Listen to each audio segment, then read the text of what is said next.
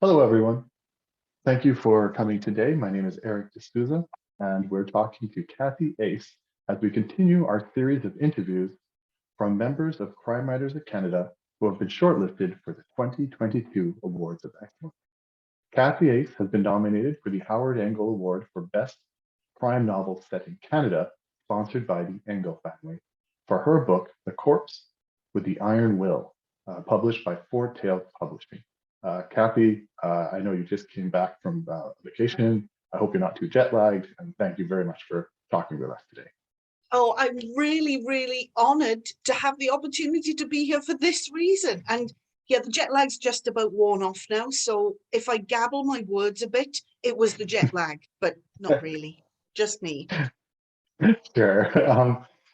I've always enjoyed your books. Thank you. It's been a favorite series of mine for many, many years. You and I actually live fairly close to each other. I've seen you before doing several readings. And part of the fun of your series is Cait Morgan's always jet set, flying off to another exotic location, finding adventure and solving crimes. But this one's a little different.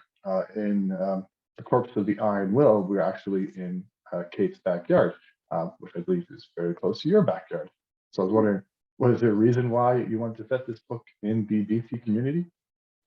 There really was, and it was quite an important reason. I've only ever written one other book set in Canada, as you quite rightly said. The second Cait Morgan mystery was actually set in Kelowna wine country, but this book was written during lockdown, and I had to decide, like all other authors, how was I going to deal with the pandemic in my fiction writing? My take on that was to never mention it at all, as though it never happened. Because what I've learned is, having now had books published for 10 years, I'm still meeting people who are just reading that first book, those first books. I've no idea when my books will be read or how the world will have changed between now and then. So I thought the thing to do was to leave out the pandemic, but writing a book during lockdown was, first of all, a great opportunity because no traveling, etc., more time, therefore. But it did make me re-examine home. What does home mean to me? What does home mean to us?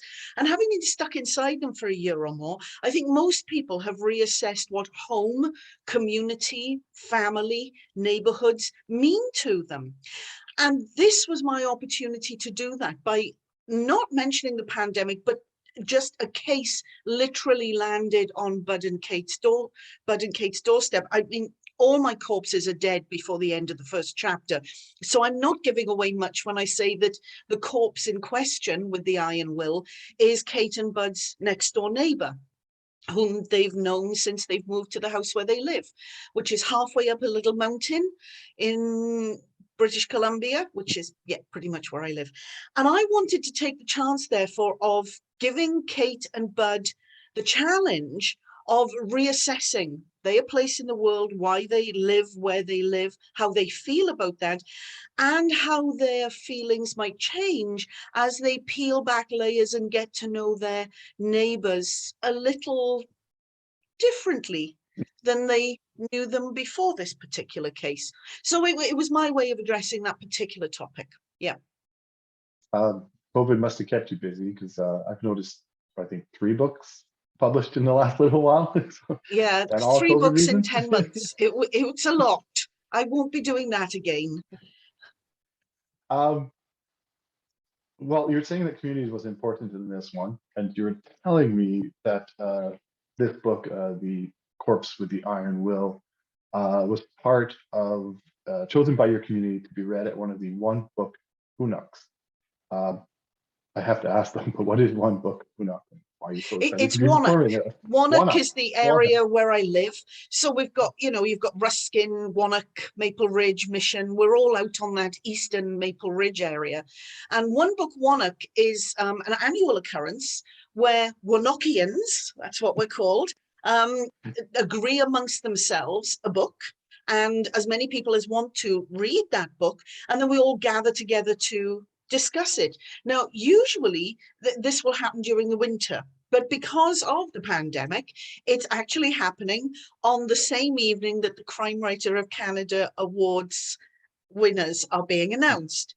So I'm either going to be a very happy little camper at that get together or crying all over the place. Ooh. No, I won't be really. I mean, it really is an honor to be shortlisted. I know everybody says that, but it is an honor to be shortlisted.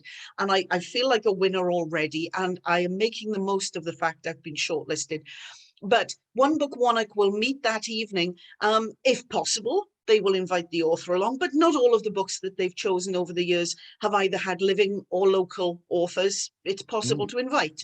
So I'm very honored in that this is the second of my books they've chosen to read. They read the very first one, The Corpse with the Silver Tongue, back in, I think it was 2013, 2014. But this one being local, of course, what I'm also able to do is invite some of the people who really live in the area, who were kind enough to let me use their names in this book, to join that group as well. One of whom is a particular friend of mine, Colleen White, who has said she will join us for the evening and was very happy that her name appeared in this book. Although I should say immediately, the character named Colleen White is absolutely nothing like the real person. I should make that clear right now. I'm going by memory. The victim is Krantz. Yes, yeah, she's not the victim. Yes, she is not the victim. But no, it's wonderful Krantz when, is, right? yes. Your neighbor's Neil Krantz. I can't remember the first name. Krantz. Yeah. Yes, yes. So, real person? No. Okay. The victim is well, the character's name is a complete fiction, but he is based somewhat upon a friend of ours who we met through becoming rhododendron gardeners. He was a huge influence in the rhododendron growing community. And yes, that is a thing. Cait and Bud dabble in it, not quite to the extent that my husband and I do. But yes, Gordy Krantz was a leading light in the rhododendron community. And he's reminiscent of a real friend of ours who died several years ago, David Shantz, who was not from Wannock, but was from not very far away from here, who really did breed rhododendrons for the North American Rhododendron Society and all that sort of thing, and got to name them. And it's just a wonderful thing to do. The patience of the man in real life and the patience of the character. I wanted to give that sort of patience to the character. Or did I? Oh, you'll have to read the book and find out. I know through your website, or I think on Facebook, I saw that the Cait Morgan series has been optioned. I hope this is a good question for you, because sometimes I hear books sort of get into this nightmarish tale of limbo, essentially. I hope this is not the case for you. Do you know what?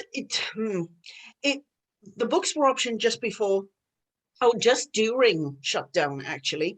So the past 2 years, not a great deal has happened, not as much as should have happened. But given the circumstances, I'm very pleased that we've reached the script stage. I've seen the script. It's gone through me twice. I read it before the production company did, actually, and I really love the script. One big decision was taken, which was to shift the format from 90 minutes to 2 hours. So it really will be a TV movie. And I'm very pleased about that, because it's quite a complex book. And what it's allowed the screenplay writer to do is introduce all of the layers of the book. Sometimes you'll find when a book is taken to the screen, whole subsections of the book are completely left out. Now, I can see how they've been trimmed down, and I understand why they've been trimmed down. I am full of absolute wonderment that someone can do that. I could not have done that to my own work, which is why I didn't want to write the screenplay. He's done an exceptional job, and he's kept the real essence of Cait and Bud there as well, which I'm so pleased about. The process of casting is now taking place, and I'm not allowed to say anything about that, not even if you point shiny lights at me, because contracts and things are so terribly complicated. But I was in the UK recently, as you said. I was visiting my mum in Wales, and then I went to Crime Fest in Bristol, where the production company and I were able to have a meeting. Meetings are really important. Did you know they actually have meetings about meetings? Anyway, we had an actual meeting, not a meeting about meetings. And during that meeting, they told me all the secret stuff about how all the money's coming together. It's quite extraordinary. So yes, it's moving ahead, but it got really held up for probably 18 months, you know, where everything went as fast as sludge, and now it's back on track. I'm delighted to say, yay, but there can be many a slip twixt cup and lip. So I'll enjoy the excitement and the process and hope that it happens. But in the meantime, focus on the only thing I can do anything about, which is the writing of the novels, and keep on track with those. Yeah. Sort of a follow-up question. Do they have the budget to be going to all these locations that you set your book in, or isn't that interesting? Now, how much can I say about this? Well, okay, don't get in trouble. The first book is set in Canada and the south of France. So it's set in France and Canada. Yeah. And there is a natural level of affinity between those two countries, as you can imagine. In future books, I mean, the second one is set in Canada. They do intend filming them in the order in which they were written. So that's good.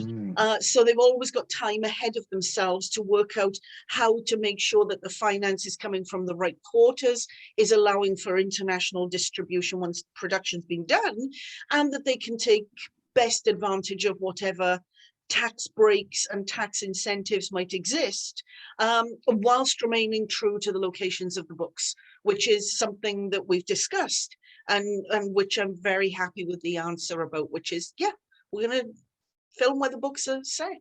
Isn't that exciting? Amazing. Yes, that is exciting. That would be really fun. Well, for a little while, you took a little break from Cait, and you did a standalone, and you did WISE Enquiries, which has been nominated around the world as a #1 book, but always an ebook. Is there a reason why you kept it as an ebook? Well, that wasn't my choice.